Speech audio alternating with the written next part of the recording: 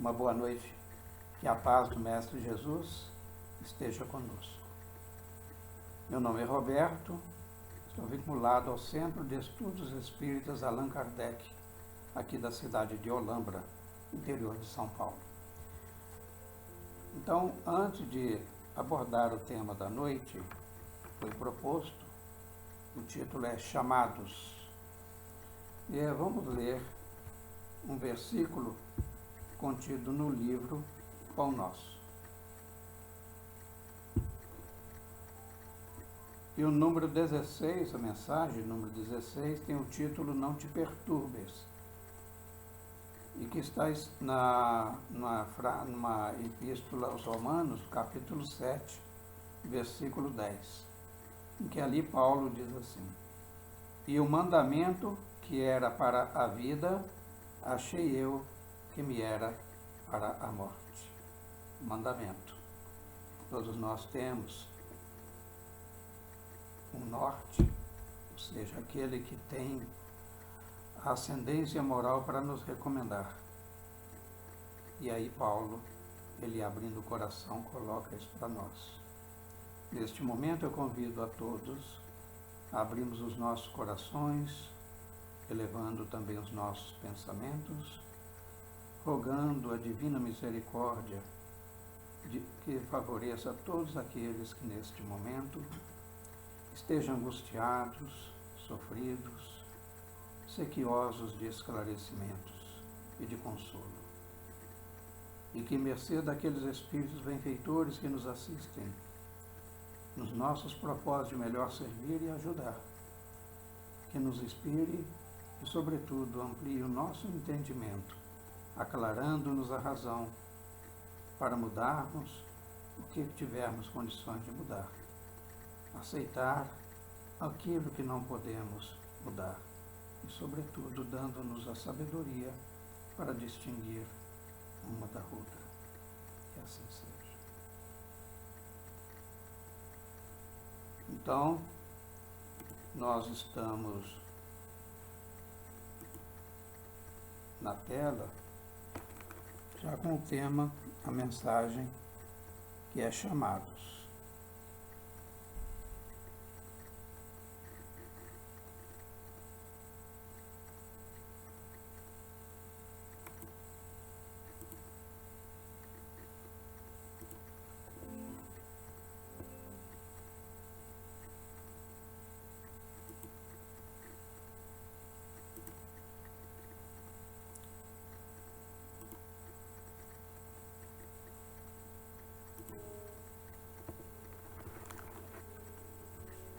Na época do Cristo, na cidade de Jerusalém, o Mestre, com seus discípulos, aproximaram-se de um grupo composto de alguns soldados de uma das legiões estacionada na cidade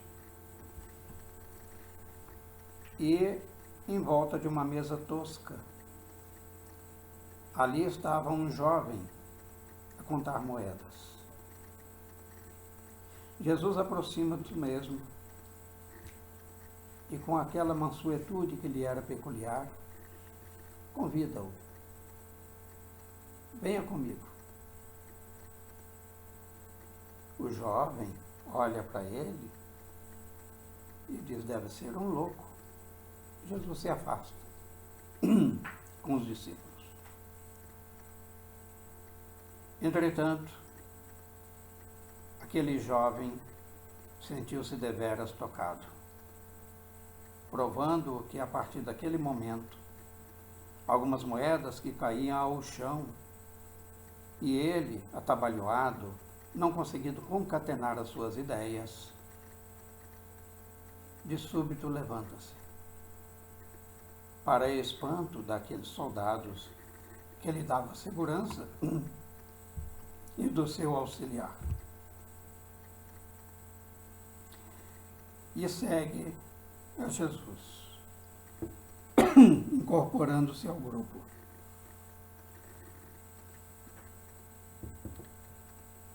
Este jovem viria a ser mais tarde conhecido por Mateus aquele que nos legaria um dos mais ricos, não somente pelas propriedades, as características narrativas de que se reveste o seu evangelho,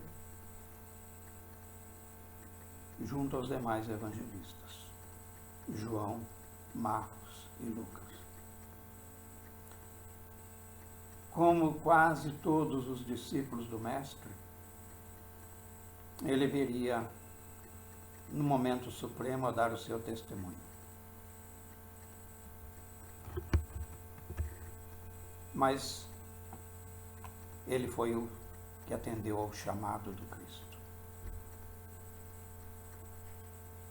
Aí, por volta do século XIII, na antiga Úmbria, no interior da Itália, um jovem estudante de saúde, ao regressar das pelejas empreendidas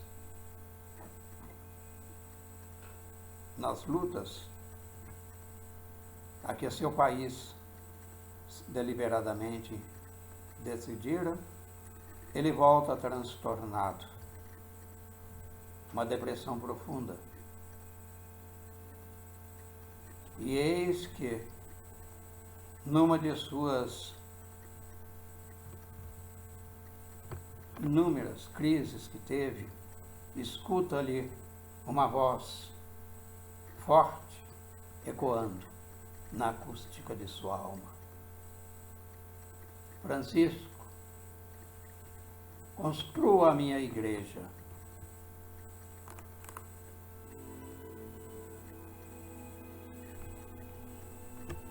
E Francisco de Bernardone, ainda jovem, necessitado, como a maioria de todos os jovens sonhadores, sente-se deslumbrado com a ideia.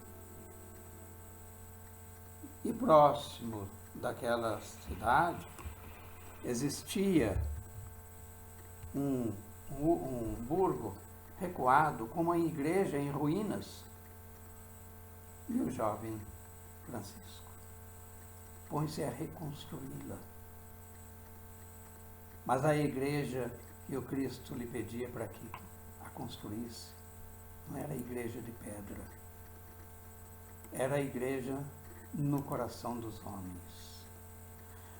A eclésia, conforme a denominação antiga, e ele, ainda muito preso aos costumes que impressionam os olhos, acolheu, entretanto, o chamado do Mestre. E nós? Quantas vezes fomos chamados? Não se lembram? Muitas vezes esses chamados vêm através de sinais, acontecimentos aparentemente que não fazem sentido, mas frequentemente pelas vias intuitivas. Vamos recordar mais uma personagem da história.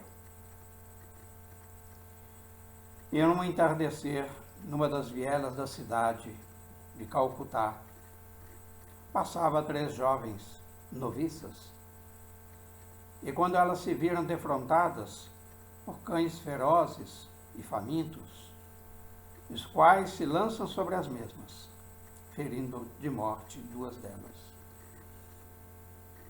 Aquela que sobreviveu, em retribuição à vida que lhe fora poupada, mas, já fazendo uma releitura, como que um chamado, ela formula votos de retribuição à vida para se dedicar daquele dia em diante aos inúmeros milhares de miseráveis que habitava já então, naquela época, uma das maiores e mais miseráveis metrópoles da Índia, que é Calcutá.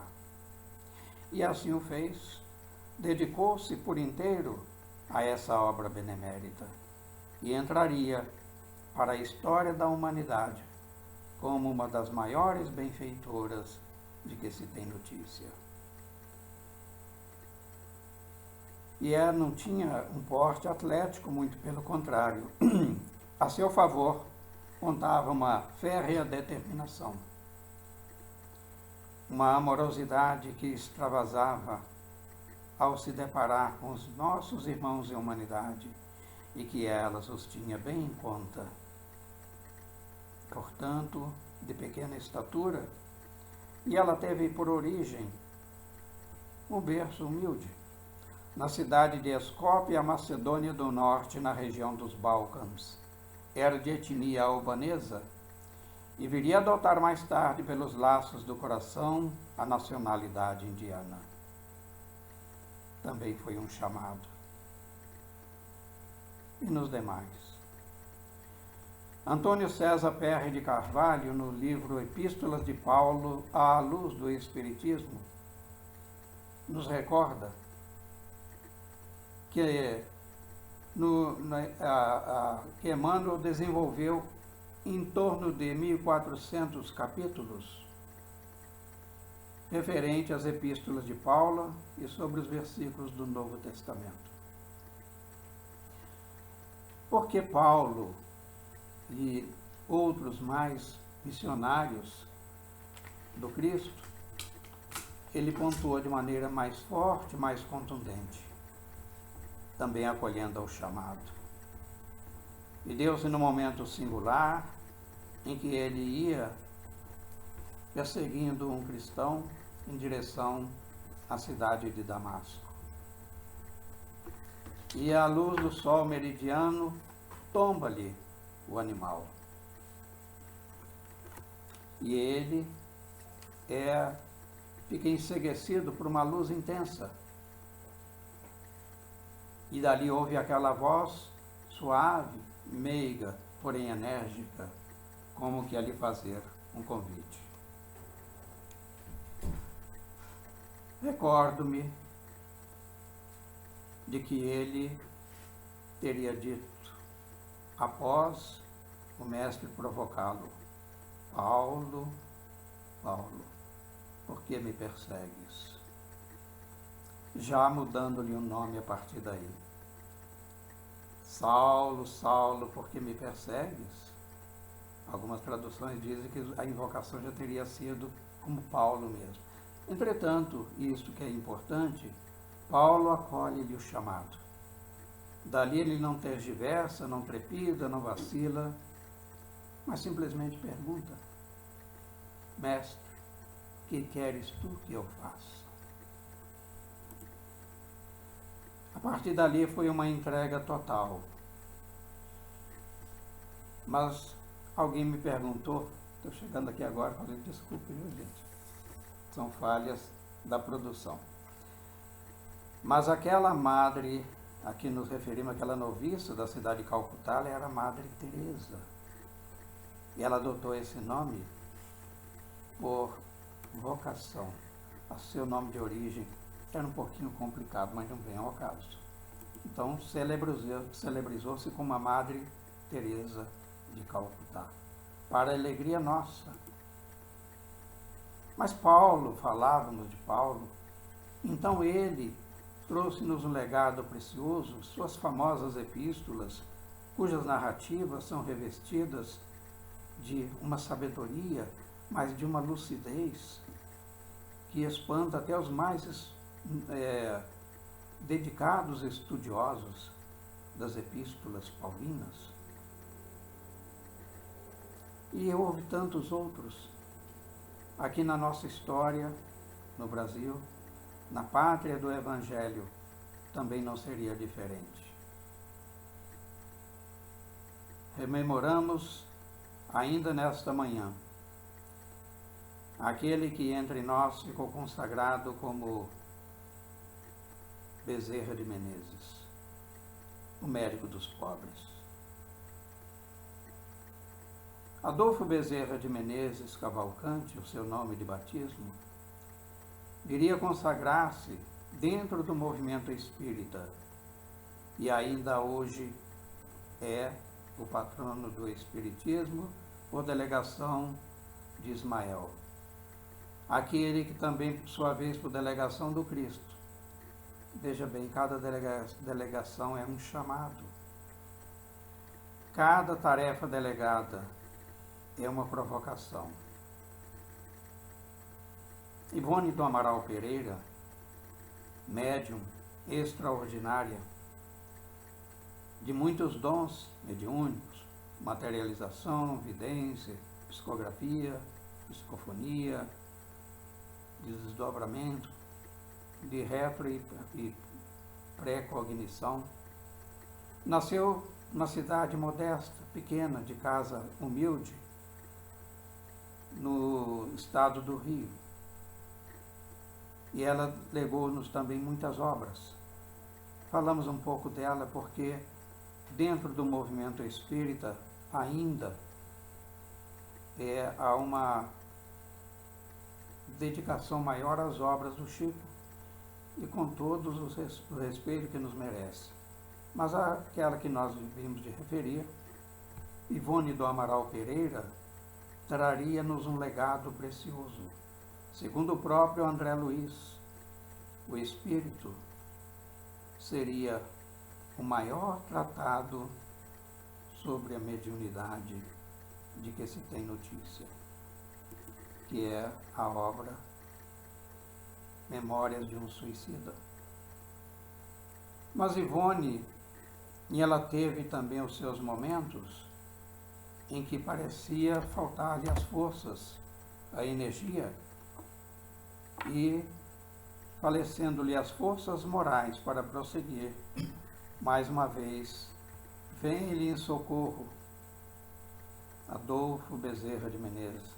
Bezerra de Menezes, que foi um dos seus mentores, ao lado de Charles, um outro espírito, os quais se vinculavam a ela em reencarnações anteriores.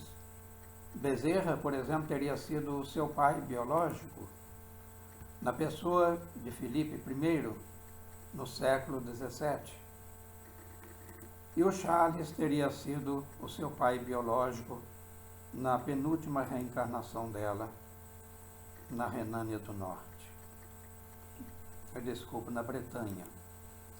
E aí, como eu disse, ela era dotada de singulares mediunidades excepcionais, uma delas muito forte pelo desdobramento.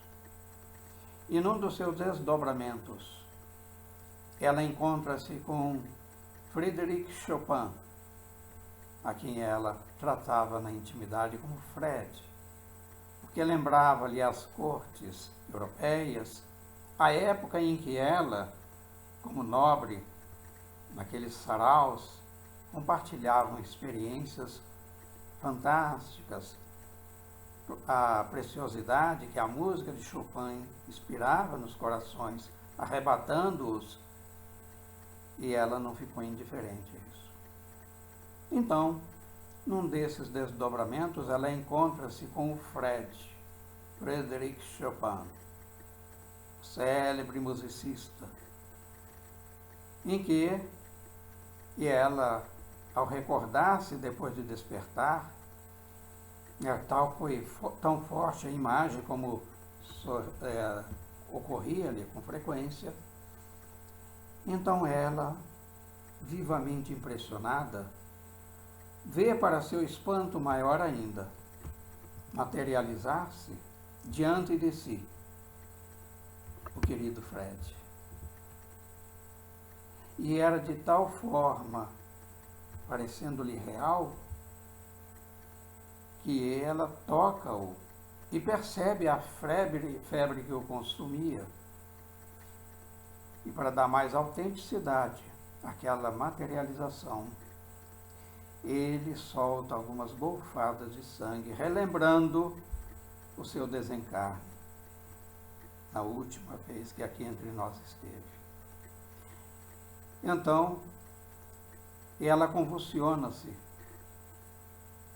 ou melhor, ele se convulsiona, e nesse convulsionamento desaparece, mas ficou registro.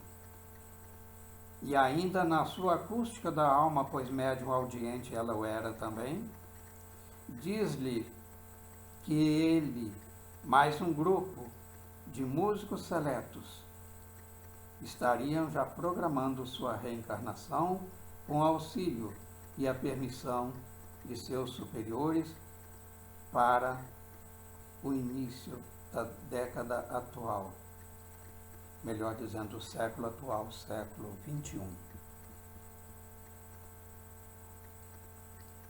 Só para lembrar, Ivone do Amaral Pereira desencarna no ano de 1984. Então, meus queridos, todos esses personagens aqui citados, eles tiveram seu momento de chamamento, provocados. E este que vos fala esta noite também não foi diferente. Como sobrevivente de um acidente onde teve 6 vítimas fatais, o ônibus em que eu viajava tomba num acidente no ano de 1998, no mês de fevereiro. Quando, percebendo nos momentos que antecedeu ao desastre que a queda era iminente, só proferi uma frase: seja o que Deus quiser.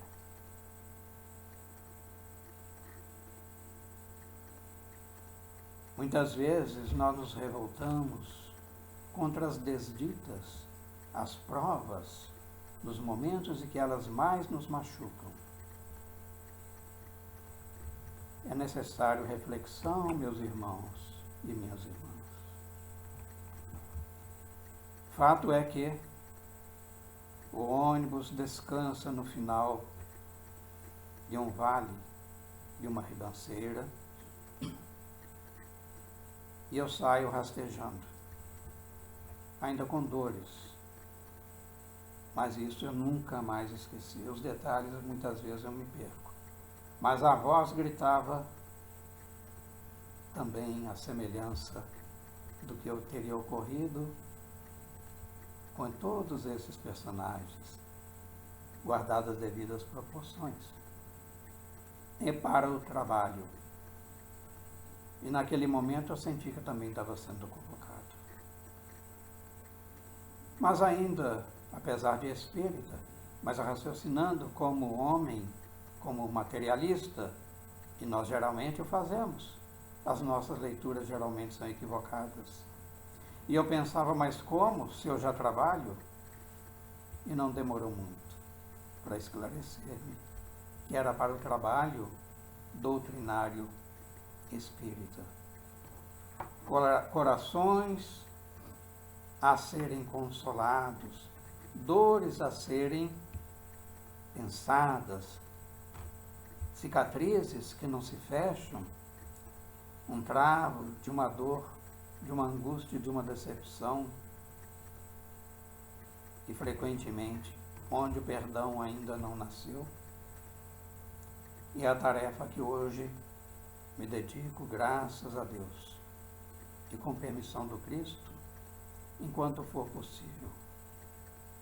Então todos nós, às vezes ficamos esperando algo espetacular que nos aconteça, uma materialização, fenômeno de voz direta, ou que alguém nos provoque dizendo: sonhei com você e uma tarefa lhe está reservada. Mas e quantas intuições? Quantas vezes nós somos provocados? Hoje, mais do que nunca, esses chamados se fazem presentes. É um chamado para toda a coletividade humana habitando a Terra. Nos 2 planos da vida, são dimensões diferentes, mas ainda é a vida. Como nos relembra Emmanuel, sairemos da morte do corpo quantas vezes for necessário, mas da vida jamais.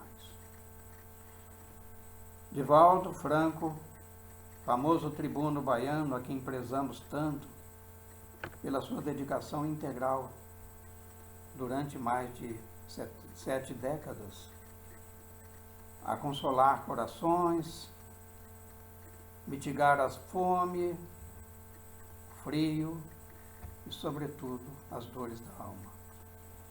Ele nos recorda que recentemente soou uma clarinada no mundo espiritual, como aquela que teria acontecido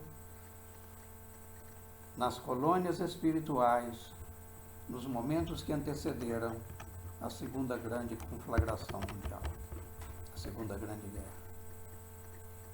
Então, neste momento, estão sendo chamados dos 2 planos da vida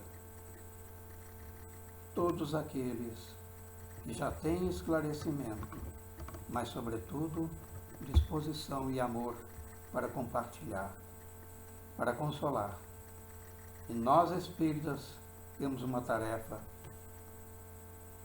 que não nos deixa ociosos. O que podemos fazer? Divulgar a boa nova. Proclamemos a reencarnação, o Consolador prometido por Jesus. Não os entesouremos só para nós, porque se já nos faz bem. Não receemos constranger consciências, recomendando-lhes conhecimento da verdade, luarizada pelo Consolador prometido pelo Cristo. Com essas reflexões e também com este convite, estendo a todos vocês, queridos irmãos e irmãs, que têm grandes possibilidades de ajuda, para que nesse momento nós sejamos não somente os chamados, mas aqueles que o atenderam. Que assim seja. Paz, saúde a todos. Então, neste momento, vamos reduzindo as nossas luzes e pedimos a todos os benfeitores que conosco compartilham das nossas